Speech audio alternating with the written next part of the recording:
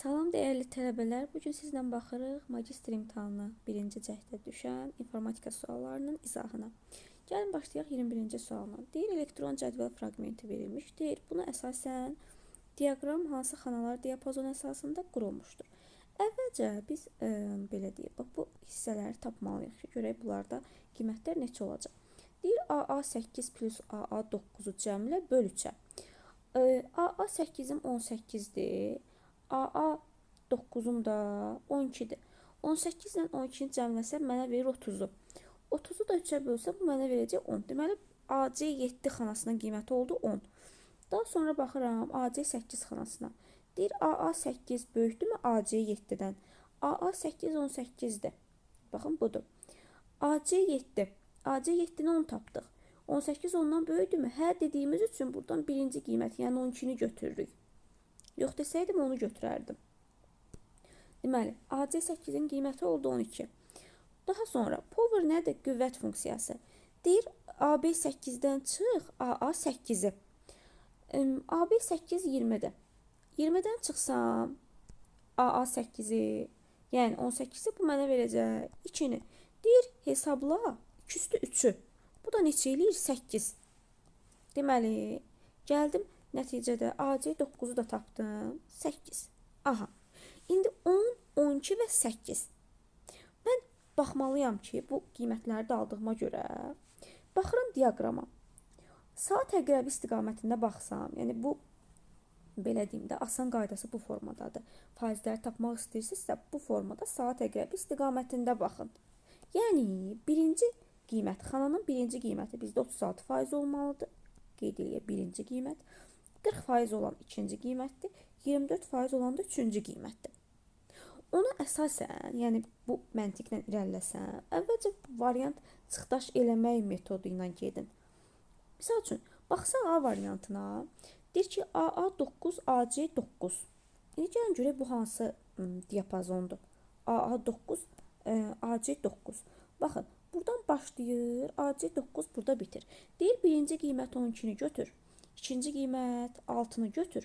Üçüncü qiymət də 8-i götür. Heç uyğun gəlmir axı. 12-ni 36% götürüb 6-nı necə 40% götürə bilərəm? Yəni qanuna uyğunluq ödəmir. Onun üçün deyəcəm ki, yəni bu getdi. Daha sonra baxsam B variantına. AA7, AC7. Yəni buradan bura qədər olan diapazondur. Onu demək istəyir ki 10, 14 və burada da yenə 10-u götür.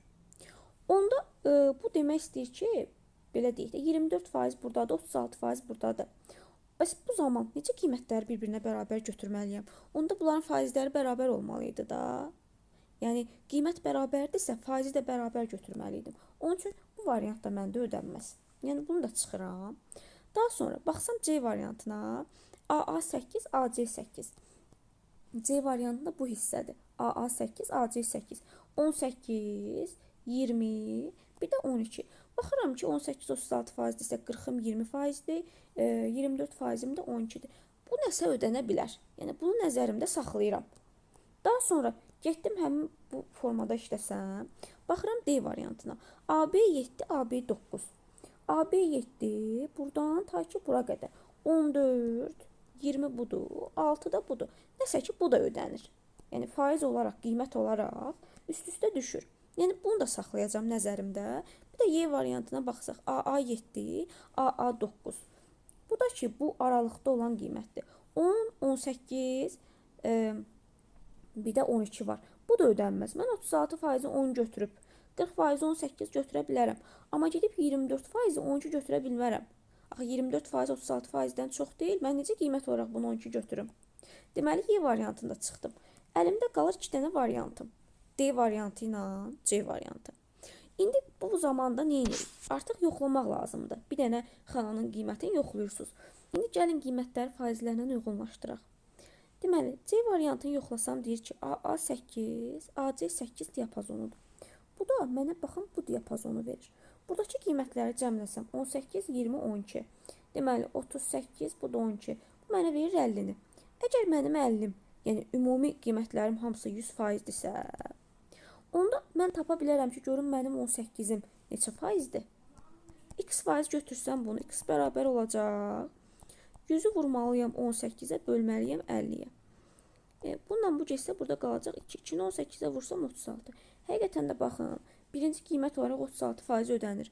Gedib bu formada ikinci, üçüncü qiymətdə yoxlayıb faizi tapa bilərsiniz. Bunun üçün 21-i də düzgün cavab olur C variantı. Daha sonra davam edirəm 22-ci suala. Deyir ki, uyğunluğu müəyyən edin. İyerarxik menyu sistemi vasitəsilə mətn fayllarının axtarışı. Axtarış 1-2 Cooper xidmətidir. Ona görə 1-ə gedəcək C variantı. Telekonferans və xəbərlər bloku. Telekonferans nədir? Usenet. Ona görə 2-yə gedəcək A variantı. Uzaq məsafədə yerləşən terminalların emulyasiyası və yaxud da idarə etmə sistemi. Desəydi, uzaqdan idarə etmə desəydi, telnet götürərdi. Yəni, 3-də də düzgün cavab olacaq, 3-də də D. 1C, 2A, 3D. 2A, 3D düzgün cavab olacaq. 22-də C variantı. Daha sonra davam edirik 23-cü sualına. Deyir, verilənlərin tipi deyil. Ümumiyyətlə, aksesdə verilənlərin tipi olaraq baxıram ki, hesablanmış var, pul, currency var, ədəd var, short var, qısa mətin, uzun mətin. Amma accounting, yəni maliyyə, bu artıq Excel-dədir. Yəni, aksesdə belə bir tip yoxdur. Onun üçün 23-də düzgün cavab olur D variantı. Daha sonra 24-cü sualda deyir, doğru mülahizələri müəyyən edin. KMOS, RAM, keş yaddaş, video yaddaş, daxili yaddaşlardır. Bəli, harada yerləşir KMOS? ROM-un içərisində yerləşir. ROM nədir? Daxili yaddaş. Deməli, CMOS da daxilidir. Onun üçün bir doğrudur. Əməli yaddaşda aktiv proqram və verilənlər müvəqqəti. Əməli yaddaş nədir? Müvəqqəti yaddaş. RAM, operativ yaddaş, enerjinin asılı yaddaş. Yəni, müvəqqəti saxlanılır. Bu da doğrudur. Səs kartı informasiya daşıyıcısıdır. Xeyr, səs kartı, şəbəkə kartı, video kartı. Bunlar demişəm ki, informasiya daşıyıcısı deyil. Onun üçün səhvdir. Streamer deyir məlumatı maqnit lenti üzərində saxlayan yaddaş qurğusudur. Bəli, streamer nə idi? Kasetlər, streamer kasetləri olurdu. Onun üçün doğrudur. 5-də deyir, matrisli printer informasiyanı istilik vasitəsilə çap edir. Matrisli yox. Termiki printerlərdir. Matrisli, literli, bunlar köhnə printerlərdir. Termiki printer yeni printerdir. İstilik hesabına çap baş verir. Yəni, burada matrisli yox, termiki olmalıydı, səhvdir. Skanerin deyir, seriallik qabiliyyəti bir düymə düşən xətt sayı yox, nöqtə sayı. Xətt sayı digitalizerə aid olan bir ifadədir. Olmalıydı nöqtə sayı. Buna görə bu da səhvdir. Və buna əsasən deyəcəm ki, düzgün olacaq 1, 2, bir də 4. Yəni, Y variantı. 24-cü sualın cavabı oldu Y variantı. Daha sonra davam edəsək 25-dən. Deyir, mətn prosesorunda sənədə yerləşdirilmiş sərlövhənin səhifədəki mövqeyi. Desəydi ki, sərlövhə əlavə etmək. Deyədiniz ki, ümumiyyətlə nəsə əlavə etmək haradadır? Insertdə. Deyədiniz, insert tabındadır. Head and footer qrupunda, aşağı və yuxarı sərlövhələrdə. Amma burada deyir ki, səhifədəki mövqeyi. Yəni, mən bunu necə idarə edə bilərəm, mövqeyi olaraq necə göstərə bilərəm? O da Layoltun PX setup qrupundadır, səhifə parametrləri qrupunda. Yəni, düzgün cavab olacaq 25-də Y variantı. 26-cı sualda deyir ki, hansı əməliyyatların köməyi ilə bütün sənəd seçilər. Gəlin baxaq. Birinci sual. Sənədin sol kənarındakı boş sahədə mouse'un sol düyməsi ilə 3 qat klikləməklə bütün sənəd seçilər doğrudur. Ctrl A, Ctrl All sözündən demişəm, yadda saxlayın ki, Ctrl A bütün hamısını seçir. Doğrudur. Baxıram ki, 1-2 olan bir dənə variantım var, o da A variantında. Deməli, 26-cı sualda düzgün cavab olacaq A variantı. Daha sonra 27-ci suala baxsam. Deyir, File Explorer proqram pəncərəsinin sağ sahəsindəki obyektlərə süzgəcləmə filtr. Süzgəc nədir? Filtr. Ümumiyyətlə, filtr tətbiq olunurdu. Hansı görünüş rejimində? Detailsdə. Onun üçün 27-də düzgün cavab olacaq A variantı. 28-ci sual. Təhlükəsizliklə bağlıdır. Yeni əlavə olmuş mövzudur. Deyir, təhlükəsizlik divarının əsas funksiyası nədən ibarətdir? Adı üstündə təhdidlərdən qorumaq. Şəbəkəni potensial təhdidlərdən qorumaq. Yəni, düzgün cavab olacaq A variantı. Daha sonra 29-cu suala baxsaq. 29-cu sualda deyir ki, Excel ilə bağlı olan bir sualdır. Uyğunluğu müəyyən edin.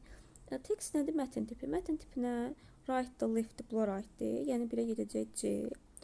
Məntiqi tip olaraq if and not açar sözləri olmalıdır. Bunun üçün məntiqi tip olacaq if, yəni 2-ə gedəcək Y. Daha sonra statistikdə nədir? Count olanlar. Count if'dir, count a'dır. Yəni 3-də də olacaq A. 1C, 2Y, 3A. Düzgün cavab olacaq Y variantı. Daha sonra davam edirik 30-cu sualına. Deyir, internetdə host kompüterin domen adı verilənlər bazasının hansı modelinə uyğundur? Host kompüterin domen adı uyğundur iyerarxik modelə. Niyə iyerarxik model? Çünki bir belə deyək də şəbəkə əsasında qurulub. Orada bir ardıcıllıq var, bir qanuna uyğunluq var. Deyək ki, host kompüterin domen adında da bir qanuna uyğunluq var. Onun üçün 30-da düzgün cavab olacaq D variantı. Daha sonra deyək ki, TCP protokolunun əsas funksiyası nədən ibarətdir? TCP protokolu nə edirdi? Paketlərə bölürdü. Düzgün formada, zəif işləsə də, amma ünvanı düzgün formada çatdırırdı. Yəni buna uyğun olan cavab da baxın C variantındadır. İnformasiya yaxınının paketlərə bölünməsi və son məntəqədə onların düzgün yığılması. Yəni TCP buna nəzarət edirdi. Amma IP də isə sona qədər nəzarət etmir IP. Onun üçün 31-də düzgün cavab olacaq C variantı. 32-ci sual. Sistem proqram təminatına aid olanları müəyyən edin. Verilənlər bazasını idarə etmə sistemləri tətbiq edib. Əməliyyat örtükləri bəli bazaya aiddir. Yəni sistem proqram təminatının baza növünə aiddir, doğrudur. Kompüterin iş qabiliyyətini diaqnostik edən BIOS'un post prosesi. Bu da sistem proqram təminatına aiddir. 2-3. Avtomatlaşdırılmış layihələndirmə sistemləri, ekspert sistemləri, bunlar tətbiqiyə aiddir, CAD sistemləri. Onun üçün 4-5 getdi. Arxivləşdirmə proqramları da bəli sistem proqram təminatına aiddir. Düzgün cavab olacaq 2-3. 6, yəni D variantı. Daha sonra 33-cü sualda. Deyir ki, alqoritmin icrası nəticəsində n bərabər 8 qiyməti çap olunarsa, n-in ilkin qiymətini müəyyən edin. Düzü magistrda belə sual gözləmirdik. Adətən bunlar abituriyentlərə düşür. Amma elə çətin formada olan sual nümunəsi deyil, sadədir. N-in başlanğıc qiyməti 8-dir. 8 qiyməti sonda çap olunub. Sonda 8 çap ediblər burada. Və bizə deyir ki, n-in daxil edilmiş ilkin qiymətini tapın. Əvvəlcə dövrlərin sayını tapmalıyıq. Baxıram ki, burada bu A-dır. Burada A-dır. Belə deyək, A 2-dən başlayır. A nə qədər ki 45-dən kiçik, yəni nə zaman dövrdən çıxar? Mən yox deyəndə dövrdən çıxıram. A da deyir kiçikdir mi 45-dir. Ümumiyyətlə A-ya mən 45 desəm ən son bu dövrdən çıxar. Yəni 45 kiçikdir 45-ə yox deyib dövrdən çıxar. Baxıram ki A-da 2-dən başlayır və 3-ü artır. Nə zaman da dövrdən çıxacaq? Ən son 45 qiymətində. Yəni mən dövrlərin sayını tapsam, A-nın başlanğıc qiyməti 2-dir. 2-nin üzərinə mən neçə dənə 3-ü gəlməliyəm ki, 45-ə bərabər olan da dövrdən çıxsın. Buradan da 3x bərabər olacaq 43-ə. X da bərabər olur 14 tam nə qədərsə. Yəni bu da bizə verir 15 dövr. Yəni dövrlərin sayını tapdıq 15. İndi 15 dövrdə n-dən hər dəfə 8 çıxıblar. Deməli n neçə olub ki, hər dəfə 8 çıxanda ən sonda nəticə 8 olub. 15 dövrdə mən n-i tapası olsam 15-ə vuraram 8-ə. Deyərəm ki, mənə verir 120. Ancaq 120 cavabını gedib götürmürük. Çünki sonda bu 8 qiymətini çapa verib. Deməli 128 olub ki, baxın 128 olub ki, 120 çıxanda 8 qiyməti çapa gedib. Onun üçün düzgün cavab olacaq 33-də Y variantı. Daha sonra 34-cü sual. Alqoritmin xassələrinə aiddir. Faydalılıq, qiymətli, adekvatlıq, aktuallıq, bunlar hamısı informasiyanın xassələridir. Müəyyənlik isə alqoritmin xassəsidir. Determinlik də deyə bilər, müəyyənlik də deyə bilər. Baxsaq 35-ci suala. Deyir, doğru fayl adlarını müəyyən edin. Windows 11-ə aid olan sualdır. Əslində bunu Windows 10-u bilənlər, əməliyyat sistemini bilənlər yenə bunu doğru cavablandıra bilər. Fayl adları olaraq biz nədən istifadə edə bilməzdik? Qoşa dırnaq işarəsinə istifadə edə bilmərik. Daha sonra sual işarəsinə istifadə edə bilmərik. Slashlərim var. Sağa slash, sola slash, düz slashdən istifadə edə bilmərik. Qoşa nöqtədən istifadə etmək olmaz. Ulduz simvolundan, yəni simvol olaraq, işarə olaraq danışıram ki, işarələrdən istifadə edə bilmərik. Sonra böyükdür, kiçikdir, böyükdür işarələrindən istifadə edə bilmərik. İndi baxsam 35-ə, burada bir dənə dırnaqda bir problem yoxdur. Yəni doğru olaraq götürəcəm. 2-də böyükdür, kiçikdir var, götürməyəcəm. 3-də ulduz var, götürməyəcəm. 4-də DST, buna problem yoxdur, götürəcəm. 5-də üslü qüvvətli, problem yoxdur, götürəcəm. 6-da baxın, düz siləş var, düz xət var. Problem var deyə götürməyəcəm bunu. Daha sonra 7-yə baxsam, 7-də bunlar nöqtə virgüldür, yəni qoşa nöqtə deyil. Onun üçün 7-ni də götürəcəm. Bu baxımdan 1, 4, 5, 7 düzgün cavab olacaq. Deməli C variantı. 1, 4, 5, 7. Daha sonra 36-cı sualda nə deyir? Deyir ki, ribbon length interfeysi təqdimatın hansı görünüş rejimində əks olunur? Ümumiyyətlə, hansı görünüş rejimində əks olunur? Reading view-da, yəni oxuma rejimində. Ona görə oxuma rejimində ümumiyyətlə soruşsa ki, nə görünür? Deyirsiniz ki, lent interfeyslərim görünmür, xətt keşlər görünmür.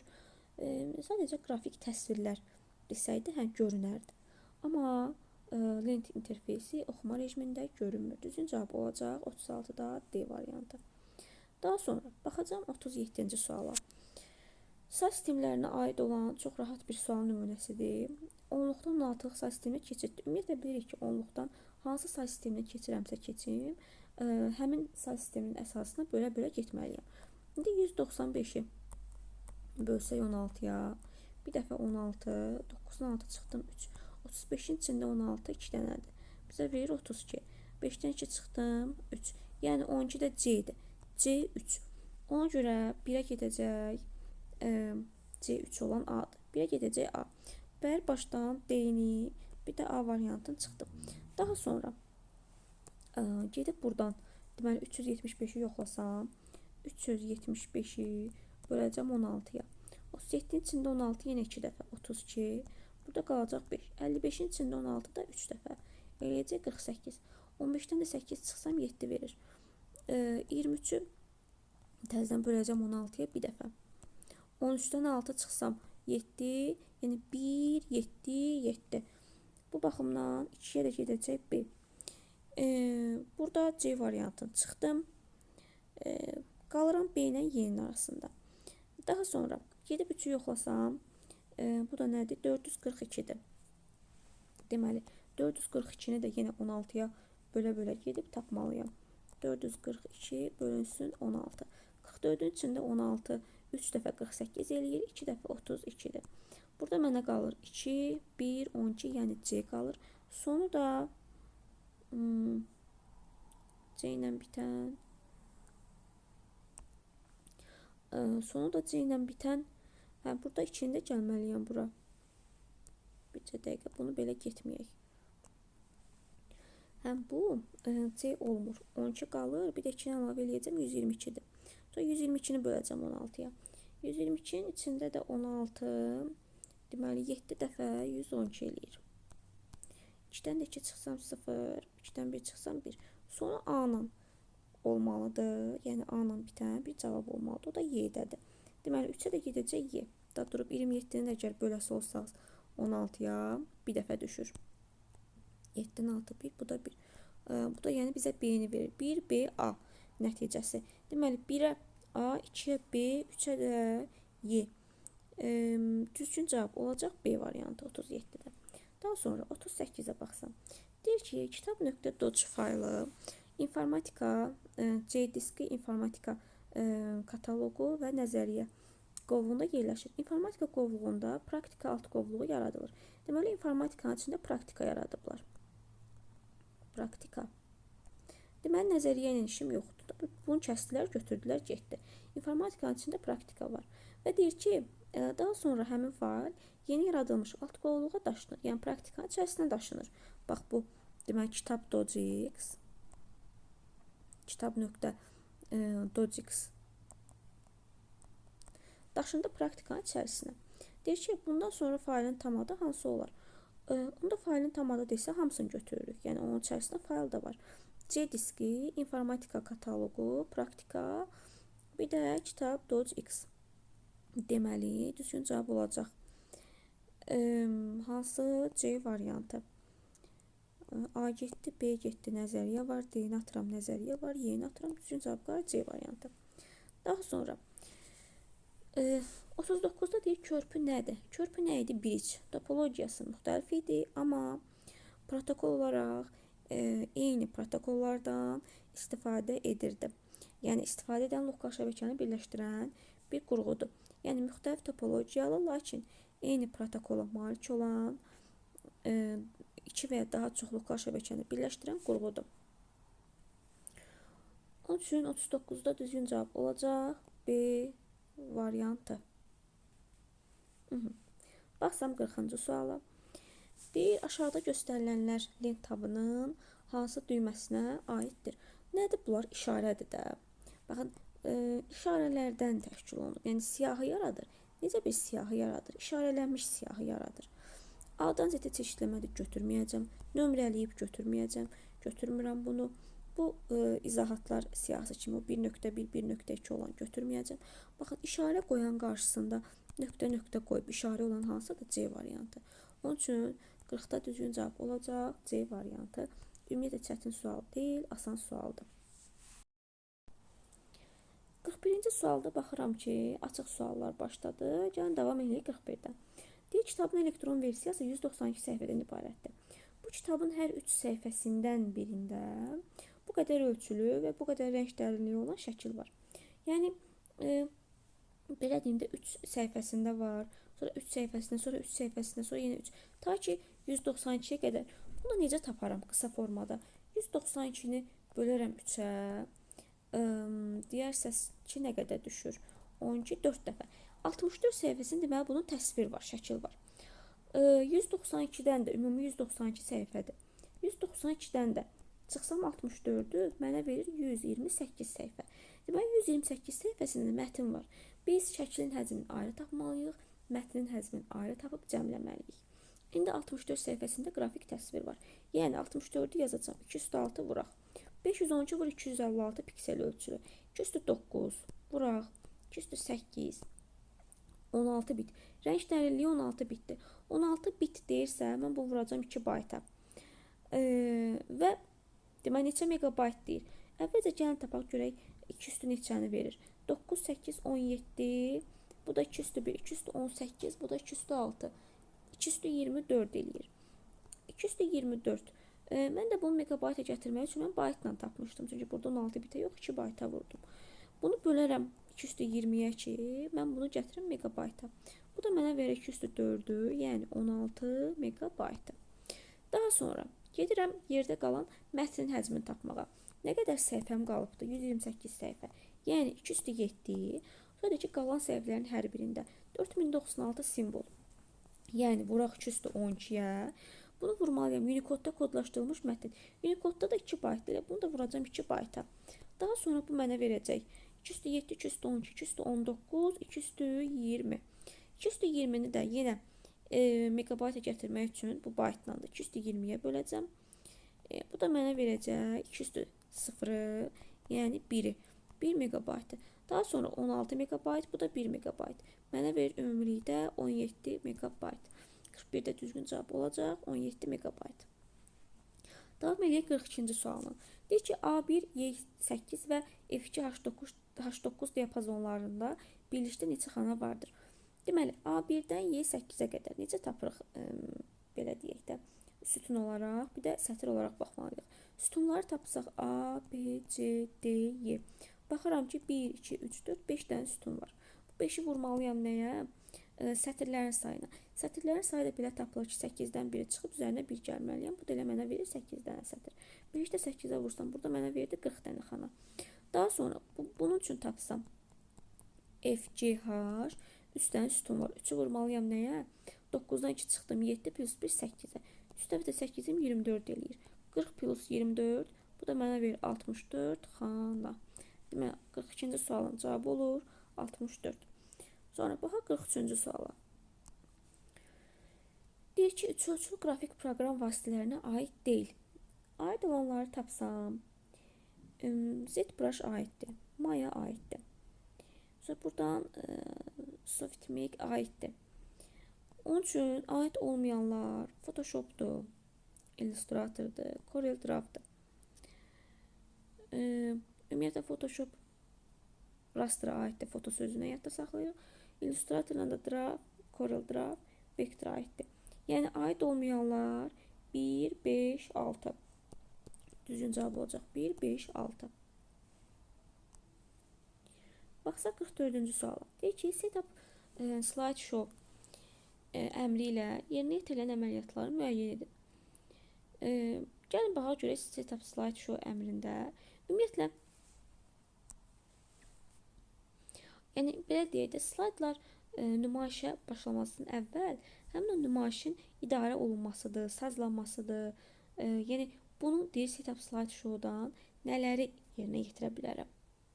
Burada da setup slideshowdan yerinə yetirə bilərəm. Avtomatik belə deyək, keçid üçün vaxt qrafikindən istifadə var. Baxın, o da üçüncüdədir. Deyir, bir slayddan digərinə avtomatik keçmək üçün daxil edilmiş vaxt qrafikindən istifadə. Setup slideshowdan bunu təyin edə bilərəm. Daha sonra 4-də deyir ki, təqdimatların nümayiş tipinin seçilməsi. Bunu da yerinə yetirə bilərəm. Nümayiş tipini də seçə bilərəm. 4 də götürə bilərəm. Daha sonra nitq müşayiəti ilə nümayiş etdirmək. Bu artıq setup slideshowda yerləşmir. Amma nümayiş olunacaq slaydların intervalının göstərilməsi, yəni hansı intervalda nümayiş etdirəcəmsə, onu setupdan seçə bilərəm. Yəni düzgün cavab olacaq 3, 4, 6. Daha sonra davam eləyək 45-ci sualla. Sonuncu sualımızdır. Burada insert nədir? Vstavki əlavə etmək. Insertdə də online video, bəli, insertdən media qrupundan əlavə edə bilərəm. 1-ə gedəcək C. Bir də burada nə var? Linklərdir, bookmarklardır. Bunları da insertdən əlavə edə bilərəm. 1-ə gedəcək C. Daha sonra review, bir də view var bizdə. View'da ümumiyyətlə immersive read, bu nədir? Sözlərin belə deyək də A-dan Z-ə doğru düzən zaman onları oxuma rejimidir, oxuyur yəni. Onun üçün review'a aid, bu view'ya aid olacaq. Review'da belə bir şey yoxdur. Bu view'dadır. Onun üçün 3-ə aid edəcək. Bir də view'ya aid olan, baxın, vertikal istiqamətdə seçmə, side to side, bu da view'ya aid olan peak movement qrupudur. Onun üçün bir də 3-ə gedəcək B. Yerdə qalan read alone'dur isə, bu da mətni oxumaqdır. Yəni mətni belə deyək, Word-də yazdığımız mətni oxuyur. Bu da yerləşir review'da. Yəni 2-yə də gedəcək D. 1C, 2D, 3AB. Düzgün cavab olacaq bu formada.